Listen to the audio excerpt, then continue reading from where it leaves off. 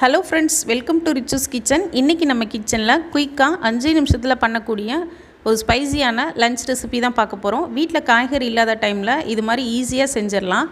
வீடியோக்குள்ளே போகிறதுக்கு முன்னாடி நம்ம சேனல் இது வரைக்கும் சப்ஸ்கிரைப் பண்ணலான்னா சப்ஸ்கிரைப் பண்ணிக்கோங்க. கூடவே பக்கத்தில் இருக்க பெல் ஐக்கானி கிளிக் பண்ணிக்கோங்க. இப்போ வாங்க வீடியோக்குள்ளே போகலாம்.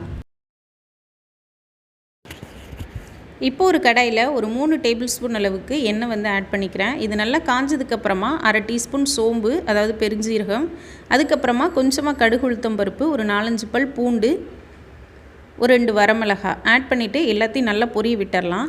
இது நல்லா பொரிஞ்சதுக்கப்புறமா இதில் ஒரு 3 மீடியம் சைஸ் பெரிய வெங்காயத்தை இது மாதிரி ஸ்லைசஸாக கட் பண்ணி வச்சுருக்கேன், ஆட் பண்ணிக்கலாம். உங்களுக்கு எந்த சைஸ் வேணுமோ அந்த சைஸில் நீங்கள் கட் பண்ணிக்கலாம். ஆட் பண்ணிவிட்டு இது கூடவே ஃப்ரெஷ்ஷாக கொஞ்சமாக கருவேப்பிலை இலையும் சேர்த்துக்கலாம். அடுப்பை சிம்லேயே வச்சுட்டு வெங்காயம் ஓரளவுக்கு ஒரு 80% வதங்கினா போதும். இதை நல்லா வதக்கி விட்டுக்கலாம். பேச்சுலர்ஸ்க்கெலாம் இந்த ரெசிபி ரொம்பவே யூஸ்ஃபுல்லாக இருக்கும். ஏன்னா நம்ம இதில் வெங்காயம் மட்டும்தான் சேர்த்து பண்ண போகிறோம். வெங்காயம் வதங்கிட்டு இருக்கப்பவே ஒரு பச்சை மிளகாயை இது மாதிரி கட் பண்ணி வச்சுருக்கேன், ஆட் பண்ணிவிட்டு இதையும் சேர்த்துட்டு நல்லா வதக்கி விட்டுக்கலாம். இப்போ இது சீக்கிரம் வதங்கிறதுக்காக கொஞ்சமாக உப்பு சேர்த்து வதக்கிக்கோங்க.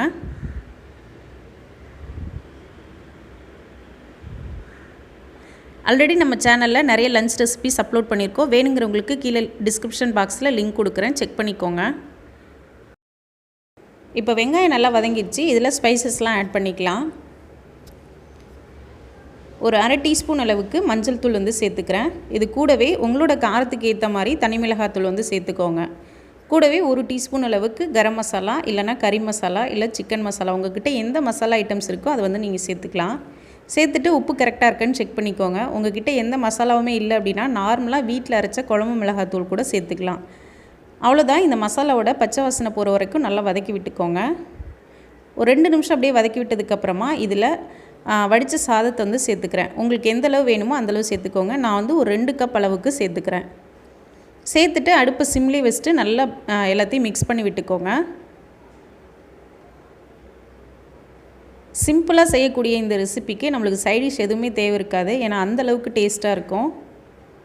வேலையும் சீக்கிரமாக முடிஞ்சிடும். அவ்வளோதான், நம்மளோட ஆனியன் ரைஸ் ரொம்பவே சூப்பராக சிம்பிளாக ரெடி ஆகிடுச்சு. கடைசியாக கொத்தமல்லி இலை தூவிக்கோங்க. நீங்களும் இந்த மெத்தடில் ட்ரை பண்ணுங்கள். ட்ரை பண்ணிவிட்டு பிடிச்சிருந்தா மறக்காமல் சேனலை சப்ஸ்கிரைப் பண்ணுங்கள், லைக் பண்ணி ஷேர் பண்ணுங்கள். தேங்க்ஸ் ஃபார் வாட்சிங். தேங்க்யூ.